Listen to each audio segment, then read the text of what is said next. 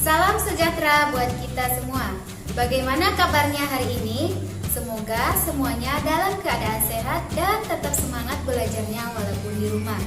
Baiklah anak-anak, pada video pembelajaran sebelumnya di kelas 7 SMP, kita sudah membahas bab 3 zat dan karakteristiknya mengenai unsur senyawa dan campuran. Jadi, pada pertemuan hari ini, kita masih melanjutkan bab 3 yang akan membahas tentang perubahan fisika, perubahan kimia, dan cara memisahkan campuran bersama Ibu Nijarsari Hasibuan. Sebelum kita lanjut pada pembahasan materinya, kita harus mengetahui tujuan pembelajaran hari ini.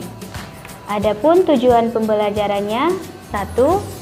Siswa dapat menjelaskan sifat fisika dan sifat kimia. 2. Siswa dapat menjelaskan perubahan fisika dan perubahan kimia. 3. Siswa dapat mengetahui cara pemisahan campuran.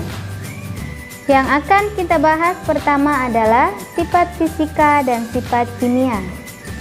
Sifat fisika adalah sifat materi yang dapat diamati melalui pengamatan dan pengukuran secara langsung dengan alat indera. Dalam sifat fisika tidak berhubungan dengan pembentukan zat baru. Dengan demikian, yang tergolong sifat fisik suatu zat antara lain bentuk, warna, bau, kekerasan, titik didih, titik beku, titik leleh, daya hantar, ukuran partikel, dan sebagainya. Sedangkan sifat kimia adalah sifat materi yang dapat diamati setelah materi tersebut berinteraksi dengan zat lain sehingga terbentuk zat baru. Sifat kimia antara lain kestabilan atau mudah tidaknya zat tersebut berubah, mudah tidaknya zat terbakar, daya ionisasi, berkarat, beracun, membusuk, dan sebagainya. Selanjutnya, kita masuk pembahasan perubahan fisika dan perubahan kimia. Yang pertama, perubahan fisika. Perubahan fisika adalah perubahan zat yang tidak disertai dengan terbentuknya zat baru. Contoh perubahan fisika yaitu es yang mencair, lilin yang meleleh, air yang membeku, dan lainnya. Perubahan fisika memiliki ciri-ciri yaitu 1. Tidak menghasilkan zat baru. 2. Dapat kembali ke wujud semula. 3. Dapat berubah wujud dan kelarutan. 4. Adanya aliran energi. Selanjutnya, berikut ini perubahan fisika suatu zat dapat digolongkan menjadi 6 peristiwa. 1. Membeku merupakan suatu zat peristiwa berubahnya wujud suatu zat cair menjadi padat. Hal ini terjadi dikarenakan adanya pendingin. Misalnya, air yang dimasukkan ke dalam freezer yang kemudian berubah menjadi es batu dan lain-lain. 2. Mencair merupakan peristiwa berubahnya suatu zat yang tadinya padat menjadi cair dikarenakan adanya kenaikan suhu atau panas. Misalnya, es batu didiamkan di ruang terbuka yang kemudian mencair. 3. Menyublim merupakan peristiwa berubahnya suatu zat yang semula padat berubah menjadi gas. Contoh, kapur barus yang disimpan di lemari pakaian yang lama-kelamaan akan habis.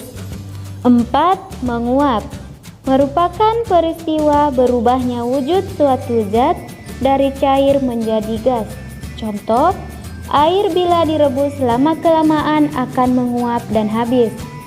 Bensin bisa menguap kalau dibiarkan di tempat terbuka terlalu lama dan akan berubah menjadi gas. 5. Mengembun merupakan peristiwa berubahnya suatu zat yang mula-mula berbentuk gas, kemudian berubah menjadi cair. Contoh, pada saat masak air, kemudian menutup panci. Setelah air mendidih, maka akan nampak bintik-bintik kecil air yang menempel di bawah tutup panci. 6. Mengkristal merupakan peristiwa berubahnya suatu zat yang semula gas jadi padat. Contoh, berubahnya uap jadi salju. Selanjutnya, perubahan kimia. Perubahan kimia adalah proses perubahan suatu zat yang menghasilkan jenis zat yang baru. Ciri-ciri terjadinya proses perubahan kimia adalah terjadinya perubahan warna, suhu, terjadinya endapan, dan terjadinya pembentukan gas. Contoh perubahan kimia yaitu beras menjadi nasi, kertas yang dibakar menjadi abu, besi yang berkarat, buah apel yang membusuk, kedelai jadi tempe, dan proses singkong menjadi tape. Kita lanjutkan cara memisahkan campuran. Pemisahan campuran dapat dilakukan dengan berbagai cara, antara lain penyaringan atau filtrasi, penyulingan atau destilasi, penguapan atau kristalisasi, sublimasi, kromatografi, dan sentrifugasi. Yang pertama kita bahas adalah penyaringan atau filtrasi. Filtrasi adalah pemisahan campuran yang didasarkan pada perbedaan ukuran partikel-partikel zat yang bercampur. Contoh penerapan penyaringan atau filtrasi dalam kehidupan sehari-hari antara lain: 1. Pemisahan kotoran pada larutan gula. 2. Penyaringan ampas kopi. 3. Penyaringan teh. 4. Penyaringan air sungai untuk dijadikan air bersih. Anak-anak, coba perhatikan video cara pemisahan campuran secara filtrasi atau penyaringan berikut ini.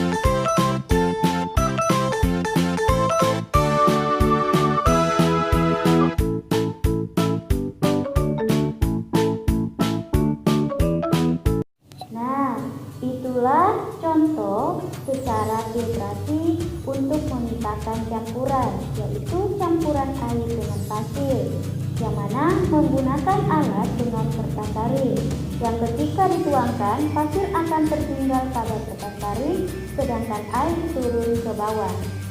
Yang kedua, cara penyulingan atau destilasi.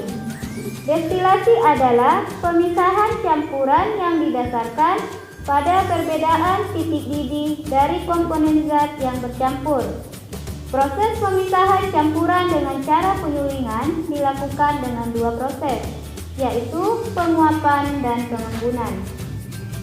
Anak-anak, perhatikan video berikut ini. Cara pemisahan campuran dengan destilasi, yaitu dengan cara campuran zat diuapkan.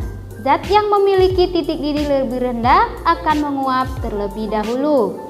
Uap dalam kondensor didinginkan, maka kembali ke dalam bentuk cairan. Maka campuran kedua zat tersebut akan terpisah.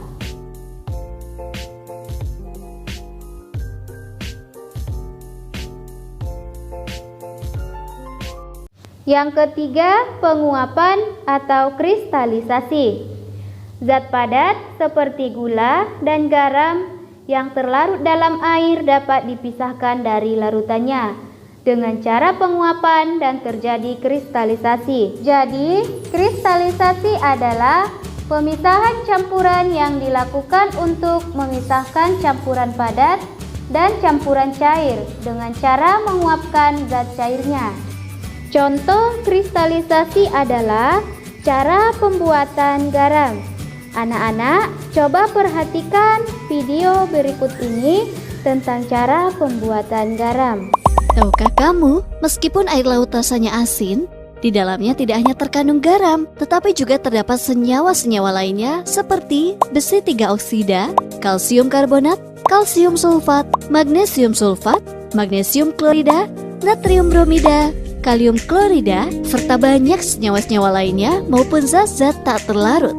Untuk membuat garam industri dengan kadar NaCl yang tinggi dan sesuai SNI, maka senyawa-senyawa lainnya harus dipisahkan dengan cara diendapkan pada tingkat kepekatan tertentu yang diukur dalam derajat Bohm. Proses kerja untuk menghasilkan garam industri adalah sebagai berikut. 1. Menguapkan air laut dengan panas matahari di dalam peta kulir sampai mencapai 23 derajat Bohm. 2. Simpan air tadi ke dalam bunker air tua. 3. Setelah stok di air bunker mencapai 25 derajat Bohm, masukkan ke dalam meja produksi atau meja kristalisasi. Biarkan menguap hingga kepekatannya mencapai 28 derajat Bohm dan mengkristal.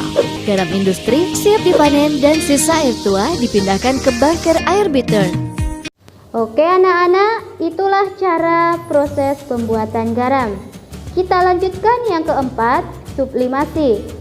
Sublimasi adalah pemisahan campuran yang didasarkan pada komponen campuran, di mana salah satu komponen dapat menyublim, yaitu perubahan wujud dari zat padat menjadi gas, sedangkan komponen yang lain tidak dapat menyublim. Contohnya, perhatikan gambar berikut ini. Cara memisahkan campuran kapur barus dan pasir, yaitu dengan cara memanaskan campuran pasir dan kapur barus, yang kemudian kapur barus dapat menguap, kemudian pada bagian atasnya terdapat es batu, sehingga membuat kapur barus yang semula wujudnya gas menjadi padatan kembali. Itulah contoh sublimasi dengan cara pemisahan campuran.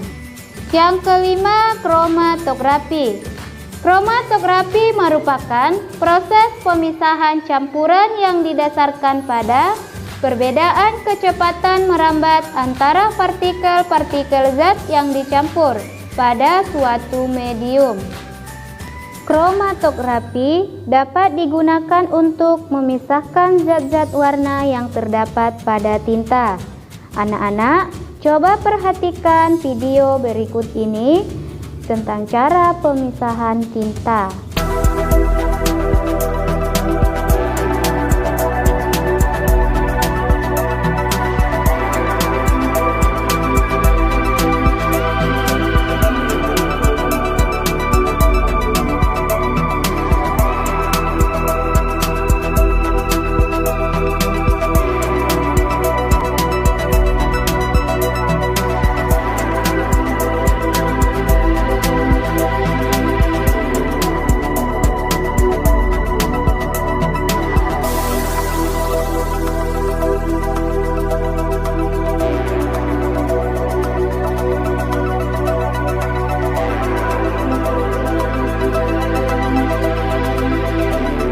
Semoga anak-anak dapat memahaminya.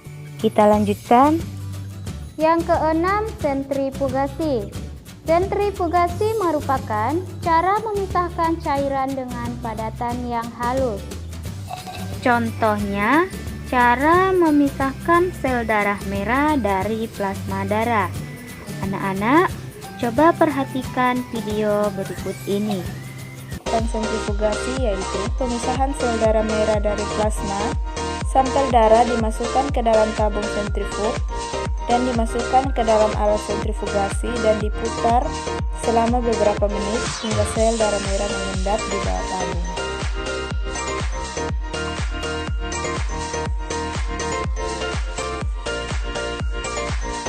Semoga anak-anak memahaminya ya. Baiklah anak-anak, cukup sekian pembelajaran kita hari ini. Semoga ilmunya bermanfaat bagi kita semua. Sampai jumpa di pembelajaran berikutnya. Assalamualaikum warahmatullahi wabarakatuh. warahmatullahi wabarakatuh.